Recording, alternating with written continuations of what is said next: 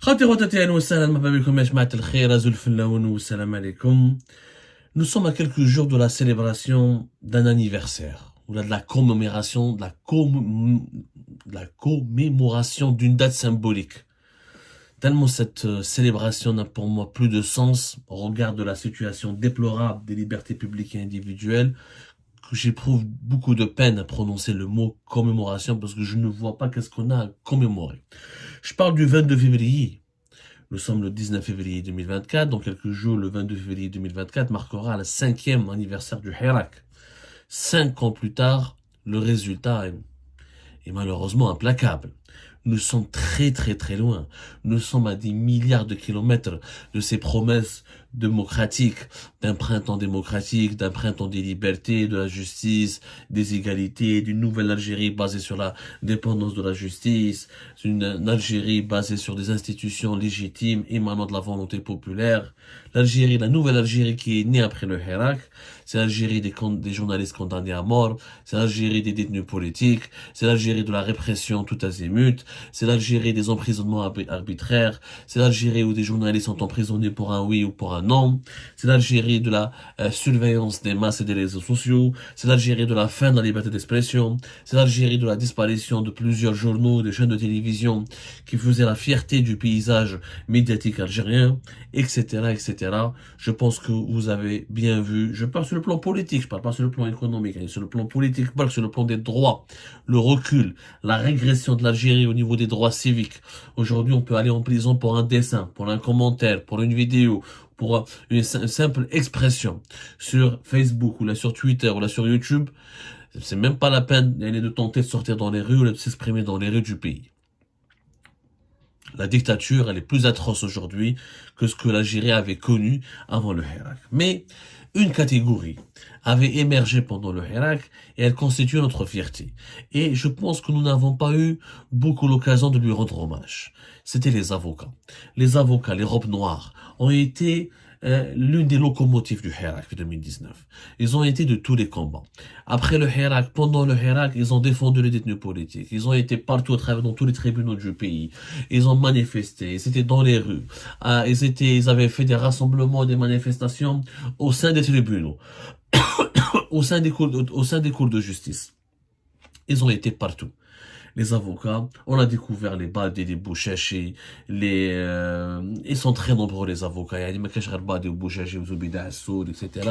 Des dizaines, des centaines d'avocats ont occupé les devants de la scène politique et médiatique, ont défendu, je n'oublierai jamais la soixantaine d'avocats avant le Hirak en 2018 qui étaient mobilisés pour le procès quand j'étais emprisonné avec Marouane Boudieb dans la fameuse première affaire d'Algérie Part, c'était en novembre 2018. Les avocats nous ont honoré l'Algérie. Ils avaient constitué l'une des rares corporations qui avait pu encore exister juste après le Hirak et qui a essayé à maintes reprises de faire des bras de fer avec le pouvoir et de continuer à défendre les revendications démocratiques.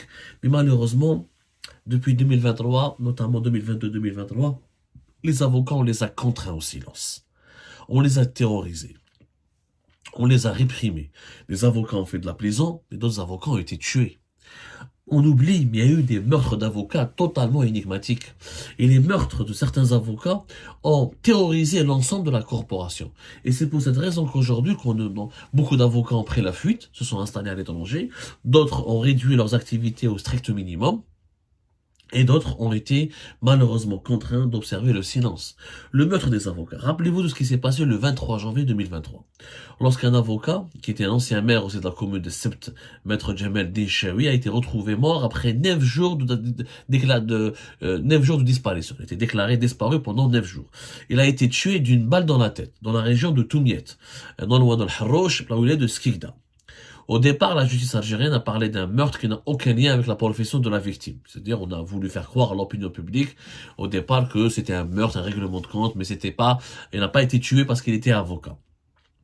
Ou là parce qu'il était un ancien maire. Et pourtant, 8 suspects ont été auditionnés.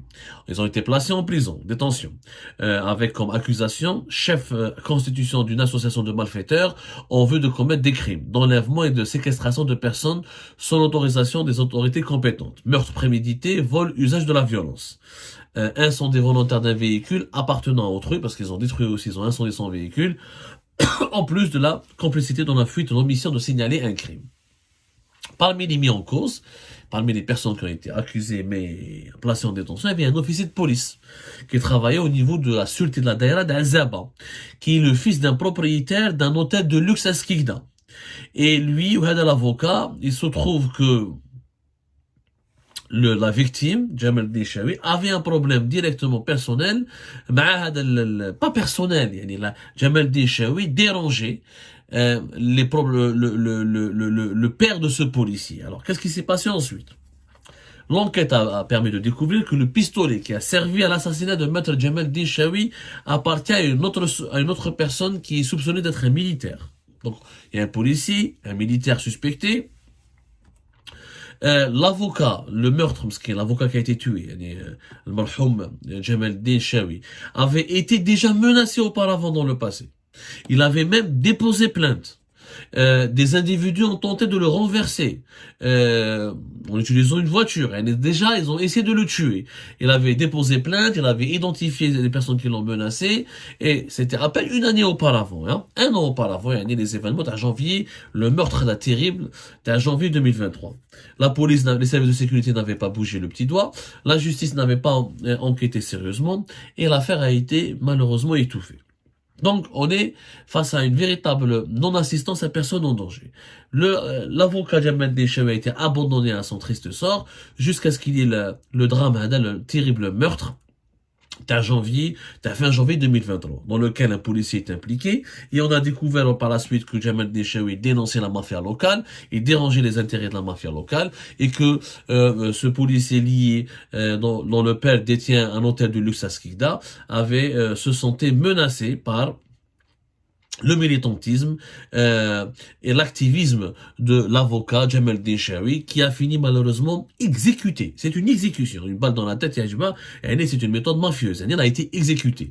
Une telle exécution, c'est pas un problème personnel, c'est pas un coup de couteau, c'est pas des violences physiques ou là, une balle dans la tête directement. Ça veut dire qu'il dérangeait, ou à un moment donné, ils ont voulu se débarrasser de lui définitivement parce que certainement il avait un dossier contre eux. La justice n'a jamais enquêté plus sérieusement plus que cela et l'affaire elle a été totalement oubliée. Le parquet général à la cour de justice de Skikda n'a pas fait un travail intéressant. L'instruction judiciaire elle a été bâclée. Le véritable mobile des meurtriers de Chaoui, mais ce qui est l'avocat maître Chaoui Jamaldin, n'a pas été précisé plus que cela. Ou qadna l'affaire classe mais on n'a jamais su la vérité sur cette affaire. Et Jamaldin, et d'ailleurs depuis le meurtre de Jamaldin Chaoui, tous les avocats ont pris peur. À juste titre, t'as toujours une balle dans la tête, jetée à côté d'une route, ou là, abandonné le cadavre, retrouvé comme ça, avec une telle exécution, ça a fait peur à tout le monde. D'ailleurs, depuis cette affaire, beaucoup d'avocats se sont désengagés de la cause du Hirak. Beaucoup ont pris peur parce qu'ils ont bien compris que ni la justice, ni les services de sécurité ne voulaient les protéger. Il y avait ensuite un deuxième meurtre. Et cet avocat, un deuxième avocat qui lui est très connu aussi pour son engagement en faveur des détenus du Hirak, en faveur des revendications du mouvement du Hirak, c'est Maître Tariq Saddam.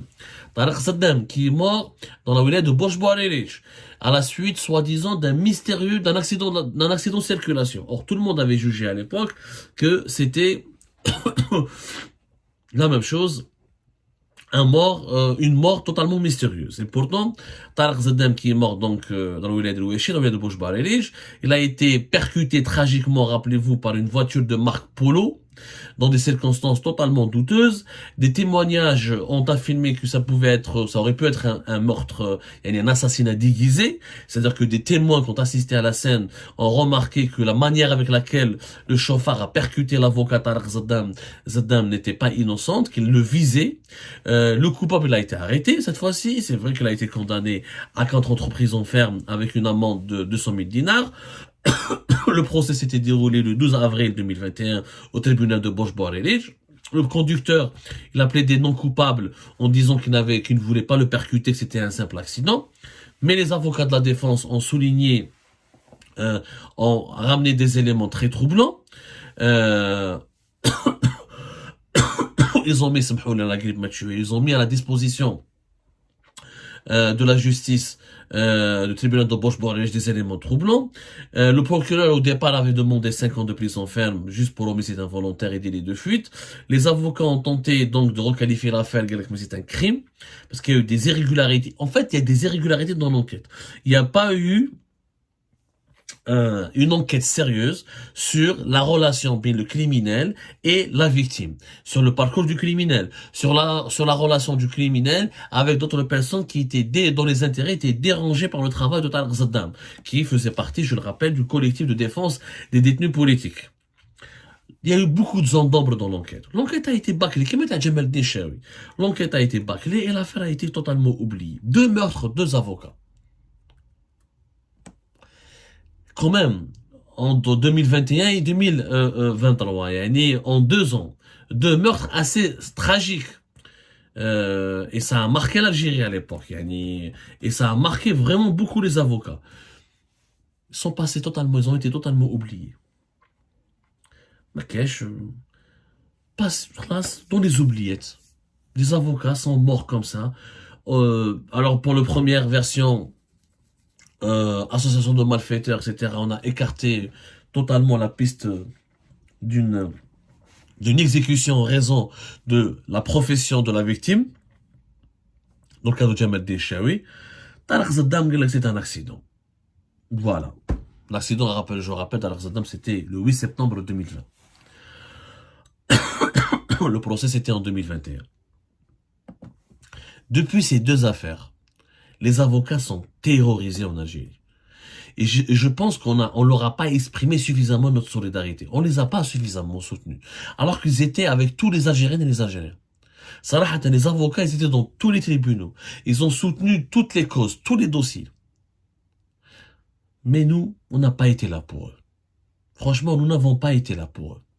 Je dois dire la vérité. On les a vraiment abandonnés. Par lâcheté, par peur. Peut-être parce qu'on n'a pas les outils nécessaires, ni les armes nécessaires pour les protéger, Mais en tout cas, on n'a pas été là pour eux. Moi, je tiens à exprimer encore une fois tous mes remerciements et à rendre hommage à cette corporation des robes noires en Algérie qui ont défendu tous les détenus, tous les mahgourines, qui ont été de Tamanras, Adrar, qui ont parcouru tout le territoire national pour défendre les